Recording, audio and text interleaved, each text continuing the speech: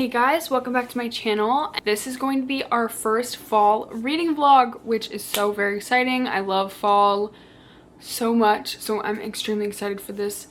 I'm going to prioritize my fall TBR, but I also have a couple books on my physical TBR that I've thought about since making my TBR that I'm considering reading, as well as some on my Kindle. The first book I think I'm going to read on my fall TBR I think is going to be The Beautiful. This is a vampire fantasy, I believe. I did some decorating for fall, so I will show you some of that because I think it's super cute. I didn't want to get a bunch of stuff.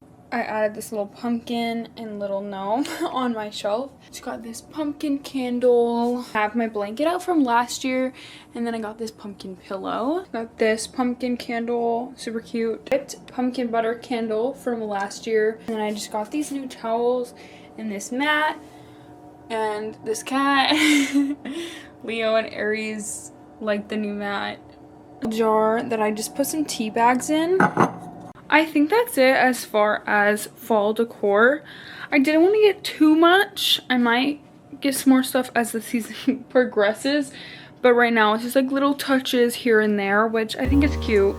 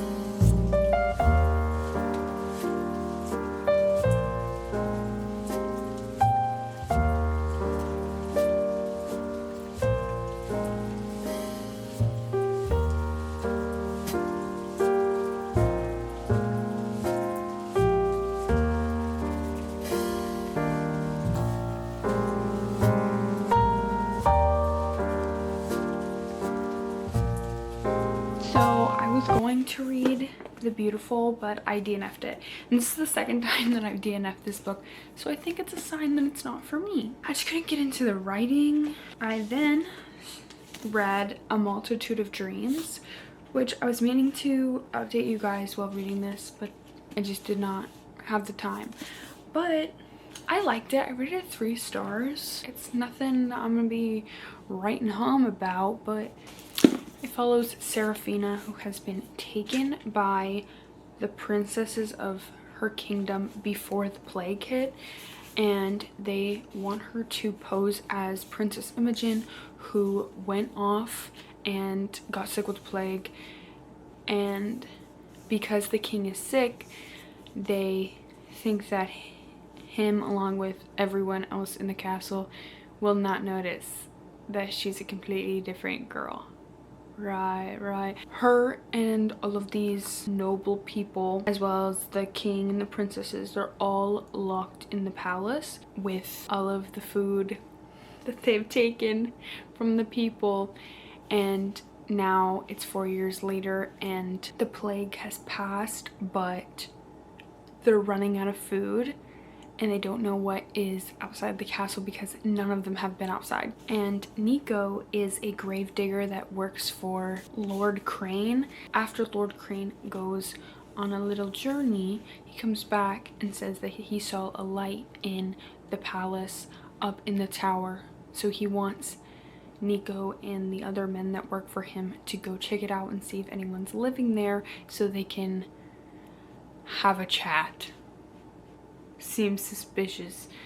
And in this world, after the plague has passed, there's people who did not survive it. Some people have immunity to it, so they aren't affected, but some are immaculate, so their blood is different. They begin to figure out that there are these creatures, these monsters, vampires, that can feast on the blood of the immaculates. Now the plague's gone, but hey, now there's vampires. Oh, right. as if it couldn't get worse. This is a gothic standalone YA dark fantasy with vampires. It was interesting. It kept my attention. And then I think the next book I'm going to read is Cemetery Boys. Our main character tries to summon a ghost of his cousin, I believe, and he accidentally summons his school's like bad boy. Interesting.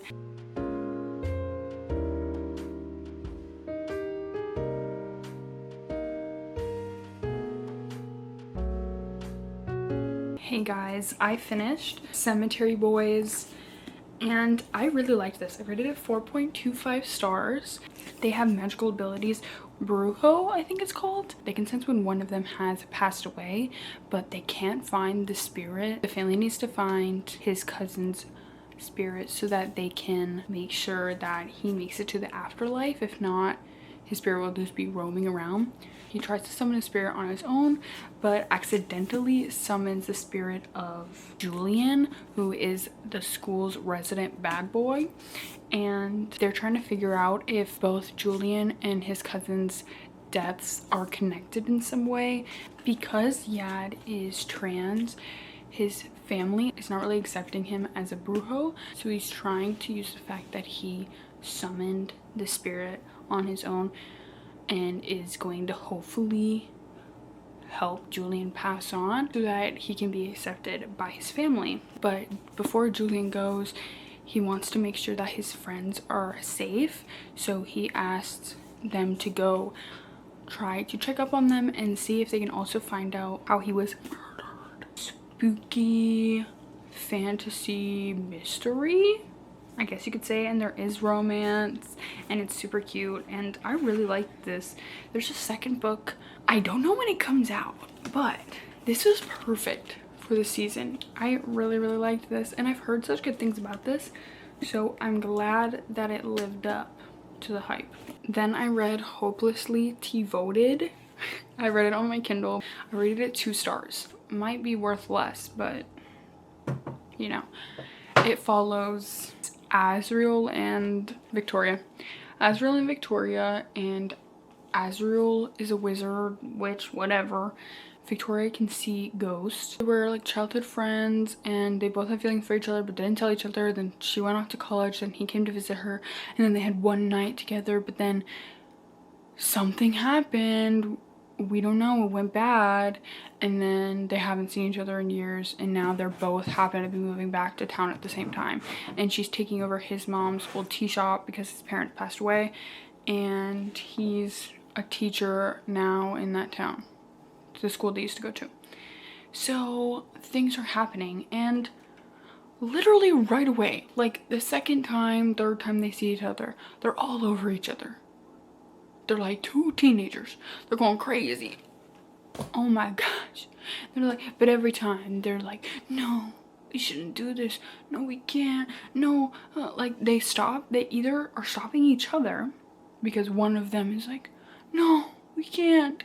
Or someone else walks in or sees them or something and then they have to stop.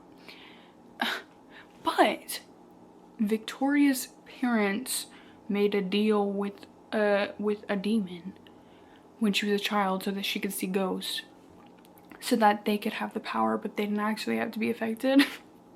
Evil. So then when her parents disown her, now she's left to pay the debt. So a demon comes. Tell me why I liked the demon better than the MMC. I don't know what that says, but the MMC was annoying. He was annoying.